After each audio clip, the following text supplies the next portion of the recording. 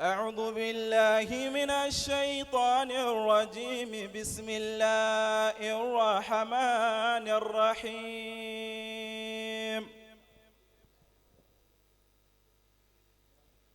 لقد صدق الله رسوله الرؤيا بالحق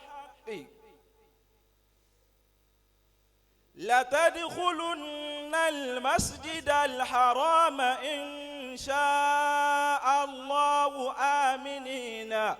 محلقين رؤوسكم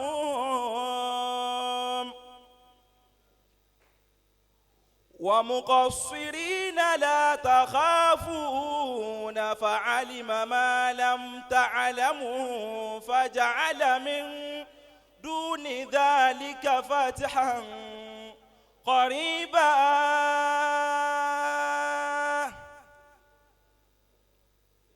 هو الذي أرسل رسوله بالهدى ودين الحق ليظهره على الدين كله وكفى بالله شهيدا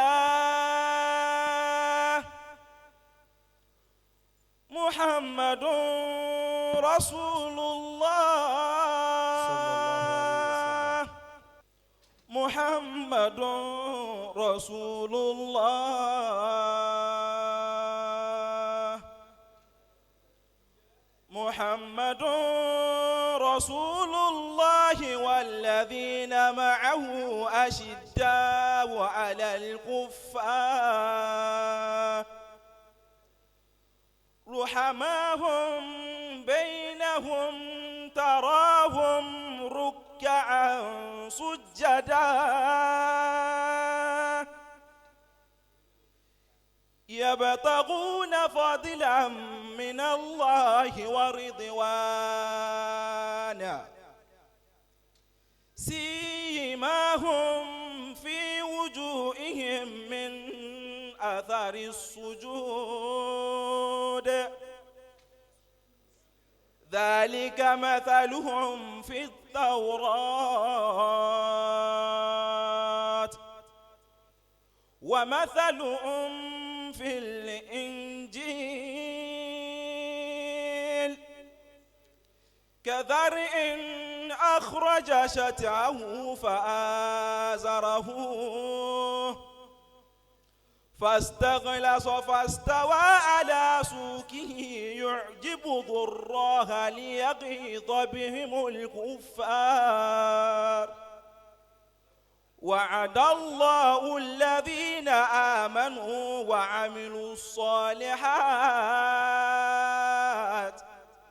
منهم مغفرة وأجرا عظيما صدق الله العظيم. الله أكبر. Ẹ̀rọ ìjà ni Allahu Akbar. Allahu Akbar. Ẹ wo Kùránì yìí, ààyè Al-Kùránì náà ni wọ́n ti kà á. Tí èèyàn bá wá fẹ́ kẹ́ẹ̀kọ́ báwo la ti ń ka Kùránì, nígbà bá rí bàbá Sheikh Ahmad mọ́ ṣe sọ̀kalẹ̀ yìí, Kùránì òun kà. Kò dàbí ládùúgbò ibì kan ní sáìdì ọ̀dọ̀ ọmọ dáadáa là wa nílùú tá a ti wá. Mi kì í fi pamọ́ ọmọ Mùsùlùmí ni mí ẹ̀yọ̀ bá ná Muhammad sallallahu alayhi wa sallam. wọn ò dẹ̀ yìnbọn rí nílùú Mùsùlùmí àfẹ̀kan ẹ̀ẹ̀kan ni kódà tán bá yìn lọ́wọ́lọ́wọ́ báyìí báńgà ló dún ẹ̀yọ̀ bá ná Muhammad sallallahu alayhi wa sallam. nínú àwọn orí tọ́lọ́ ń ṣe fáwọn Mùsùlùmí nìyẹn àwọn ọmọ Mùsùlùmí original wọ́n tún wá mọ orúkọ sound tí ìmọ̀ bá jẹ́ tán bá fẹ́ jàmbí kan tán bá gbọ́ pápápápápá náà ara wọ́n ṣe èké kọ́ ló ń dún yẹn kíní kan ló ó tún mọ orúkọ ẹ̀ tó tún ó mọ̀ gbà tó máa jáde ó eléyìí ò lè fẹ́ síyàn lára púpọ̀ ẹ Yorùbá náà Ṣẹ̀rífù ló máa ń yí wọ́n yìí ókè ẹ Yorùbá náà Muhammad sallallahu alayhi wa sallam. àmọ́ kí la fẹ́ ṣe fọ́lọ́hún Kùránì ni àyè ibi tí wọ́n ti ń kà ní afawa Sheikh Ahmad ọlọ́run wọlá Mawlana Sheikh Ahmad Arifayin dasalati ọlọ́run má balu barika ara yín jẹ́ ọlọ́run wọlá la ilaha illallah má balu barika ara yín jẹ́ o má balu barika ara yín jẹ́ wọlá àti yín ní tó pọ̀ ní ní tẹ̀yàn máa ń jowú ni inú fámìlì tiwa mo máa ń sọ lóde gbogbo ẹ̀yin tẹ́ wà ń bí báyìí ẹ má bá ń fi sínú àdúrà ẹni tó mọ̀ mí rí àti ẹni tí ò mọ̀ mí rí ẹ má bá ń fi sínú àdúrà o nínú fámìlì tiwa èmi nìkan ló kù láàfa bàbá nìkan la fa. èmi nìkan wọ́n fẹ́ wẹ̀ kú ni wọ́n fẹ́ bímọ ni wọ́n fẹ́ ṣe kíní bàbá kan nìkan ló ń yanjú gbogbo rẹ̀. ìwọ nìkan ló ń wẹ̀ kú so èmi ni mò ń ṣe gbogbo ẹ̀ mo wá láwọn àbúrò tó jẹ́ ọkùnrin kì í ṣe pé bí ìyá ọkùnrin jẹ́ wánú fámìlì o wàláhì kódà wọ́n pọ̀ fa. ani mẹ́rin Bẹ́ẹ̀ni. èyí tó pawọ́lé mi Idris mo jù yẹn lọ dáadáa mo ní Idris jọ torí Ọlọ́run at least bí mi má tiẹ̀ ń kéwú ìwọ náà wo Sauti Arẹwà wo àbúrò ẹ̀ ló bá gbé wo ayé lóyún àbúrò ẹ̀ ló bá ṣe kíní wo kíní ẹni bọ̀dá mi ẹ kú bẹ́ẹ̀ ẹ ṣe mí. bitcoin ni mo fẹ́ máa ta Yorùbá ná Muhammad sallallahu alaihi wasallam. wọ́n tún ní Afis ìwọ tún pawọ́lé wa Afis jájọ ìwọ náà lọ lé kí ó ní bọ̀dá mi àyíwájà. printing lèmi fẹ́ ṣe o láì ràn máa ṣàfihàn máa tẹ̀lé yín káàkiri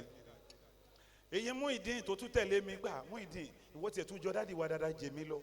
jọ torí Ọlọ́run bọ̀dá mi bàbá lèmi fẹ́ ṣe bàbá ni o ìfẹ́ gẹ́rígẹ́rí ni mi o. èyí tí màmá tèmi wá bí gangan Yusuf bá ní Yusuf ò dẹ̀ jọ torí Ọlọ́run tí ẹ wọ́lá màmá kan náà tó jọ bí wa ó ní lílì ilé ìtọ̀dọ̀ tiwa eléégún ni wá so ẹ lè sọ kò sí advice tẹ fẹ́ mú wá láyé àwájọ pàdé lọ́nà Mùṣin èmi lọ Mọ́lúdì eégún jáde Mùṣin àwọn yẹn ń tẹ̀lé bọ̀ òun ti ń gbégún báyìí ó kàn MTN mo ní ará ọ̀run àápàdé lé ẹ yóò bá ná Muhammad sallallahu alaihi wasallam. so kọ́lọ̀ ń wọlé pé bọ́lọ̀ ń ṣe lé Sàláàtì ilé gbòǹgbò ní